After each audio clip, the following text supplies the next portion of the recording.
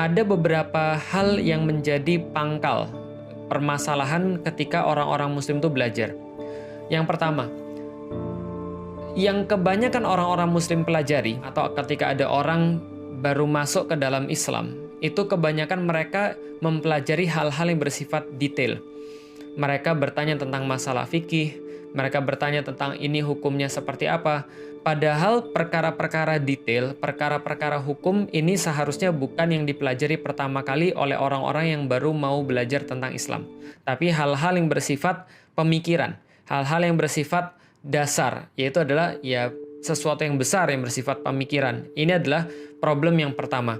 Kesalahan yang kedua adalah pembelajaran kepada kaum muslim yang masih awam, yang dari awal mereka mulai membahas dari what and how. Ini juga problem. Karena what and how itu adalah permasalahan spesifik seperti yang saya katakan. Contoh, what apa, how bagaimana. Apa yang dipelajari oleh orang-orang muslim yang ketika mereka belajar agama di SD misalnya. Dalam PAI mereka, pelajaran agama Islam mereka mempelajari tentang toharoh. Mereka mempelajari tentang apa itu air yang suci. Apa itu yang dinamakan dengan air suci dan mensucikan. Jenis-jenis najis. Bagaimana cara menghilangkan najis dan seterusnya. Ini semua tentang what and how. Mereka belajar setelah itu tentang sholat. Yaitu apa itu sholat, rukun-rukun sholat, syarat-syarat sholat, semuanya dihafal.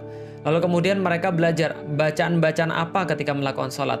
Lantas mereka belajar bagaimana cara melakukan sholat. Begitupun juga dengan ibadah puasa, begitupun juga dengan ibadah haji, begitupun juga dengan ibadah zakat, begitu juga dengan ibadah munakahat, lalu kemudian balik lagi nanti ke masalah toharoh.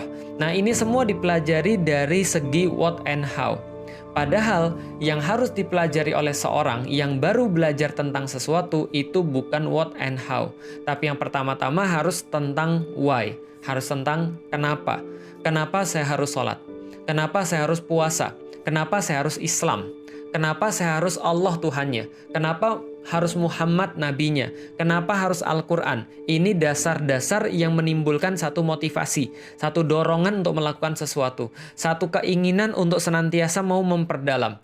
Maka kalau ada orang yang dia mempelajari what and how, tapi gagal untuk mempelajari why, maka muncul orang-orang yang tahu tentang bagaimana tata cara beribadah, tahu persis bagaimana ibadah itu seharusnya, tahu persis apa itu ibadah, tapi mereka tidak mau melaksanakan ibadah. Mereka tahu persis bagaimana cara nutup aurat. Mereka bisa menyebutkan dalil-dalilnya. Mereka tahu cara untuk nutup aurat, tapi mereka nggak mau nutup aurat. Kenapa? Karena mereka nggak punya jawaban dari pertanyaan why. Kenapa aku harus tutup aurat?